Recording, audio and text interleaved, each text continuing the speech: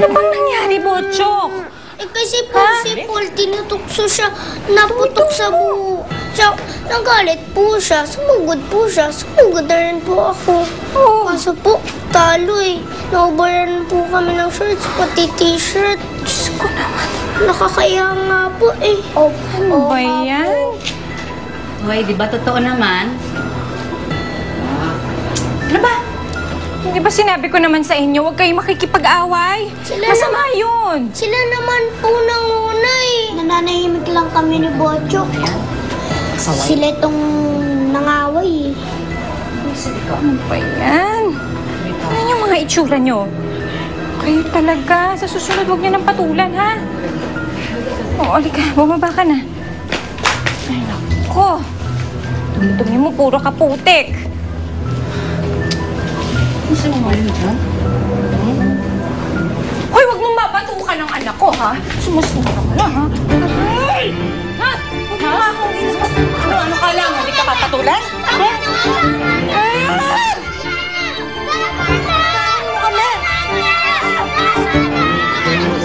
Dito na! Dito, ha? Ano?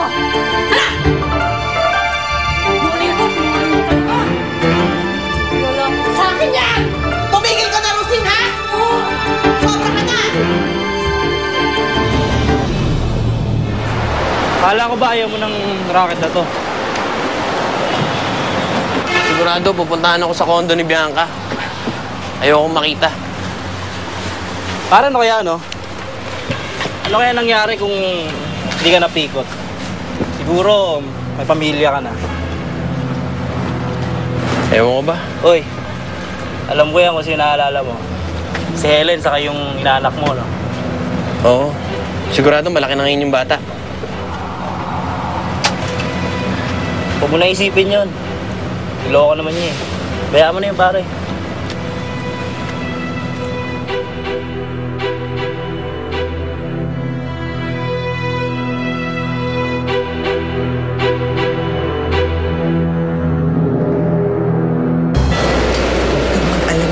Ikaw yung ina ng ninyo. Walang makakaagaw sa'yo sa kanya.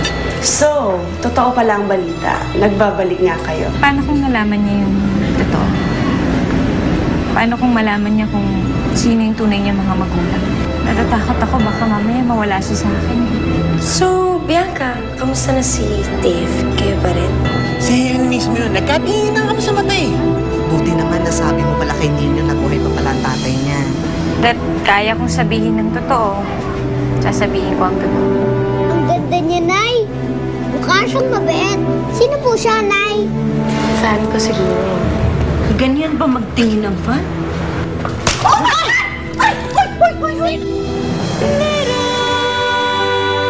Napanood mo ang mga nakakaantig na tagpo sa Little Star. Hatid sa inyo ng Coffee Mate, Milo, New Best Ever Sunsilk at Ariel.